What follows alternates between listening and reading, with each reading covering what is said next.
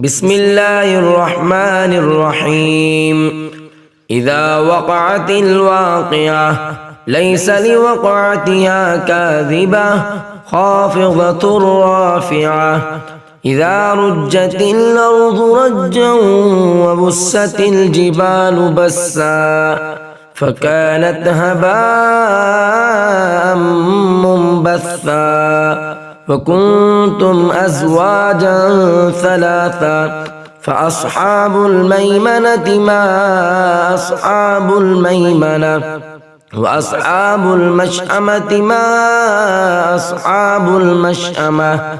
والسابقون السابقون أولئك المقربون في جنات النعيم. ثلة من الأولين وقليل من الآخرين على سرر موضونة متكئين عليها متقابلين. يطوف عليهم ولدان مخلدون بأكواب وأباريق وكأس من معين لا يصدعون عنها ولا ينزفون. وفاكهة مما يتخيرون ولحم طير مما يشتهون وحور عين كأمثال اللؤلؤ المكنون جزاء بما كانوا يعملون. لا يسمعون فيها لغوا ولا تأثيما إلا قيلا سلاما سلاما. وأصحاب اليمين ما أصحاب اليمين في سدر مخضود وطلح منضود وظل ممدود وماء مسكوب وفاكهة كثيرة لا مقطوعة ولا ممنوعة وفرش مرفوعة. إنا أنشأناهن إنشاء فجعلناهن أبكارا عربا أترابا لأصحاب اليمين. ثلة من الأولين وثلة من الآخرين. وأصحاب الشمال ما أصحاب الشمال في سموم وحميم وظل من يحموم لا بارد ولا كريم.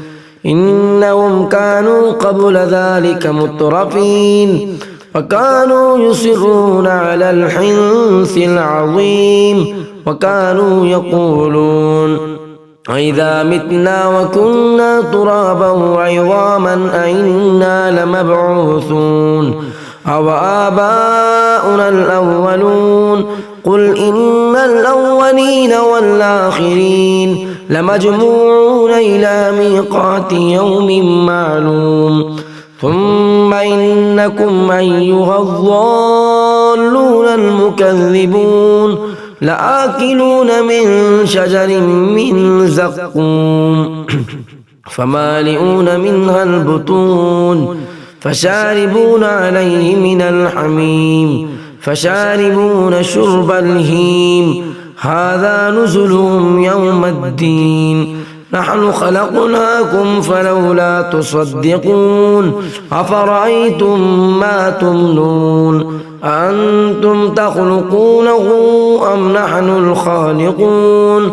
نحن قدرنا بينكم الموت وما نحن بمسبوقين على أن نبدل أمثالكم وننشئكم فيما لا تعلمون. ولقد علمتم النشأة الأولى فلولا تذكرون. أفرأيتم ما تحرثون أأنتم تزرعونه أم نحن الزارعون. لو نشاء لجعلناه حطاما فظلتم تفكهون. إنا لمغرمون بل نحن محرومون. أفرأيتم الماء الذي تشربون أأنتم أنزلتموه من المزن أم نحن المنزلون. لو نشاء جعلناه أجاجا فلولا تشكرون أفرأيتم النار التي تورون أأنتم أنشأتم شجرتها أم نحن المنشئون نحن جعلناها تذكرة ومتاعا للمقوين فسبح باسم ربك العظيم فلا أقسم بمواقع النجوم وإنه لقسم لو تعلمون عظيم إنه لقرآن كريم في كتاب مكنون لا يمسه إلا المطهرون تنزيل من رب العالمين أفبهذا الحديث أنتم مدهنون وتجعلون رزقكم أنكم تكذبون فلولا إذا بلغت الحلقوم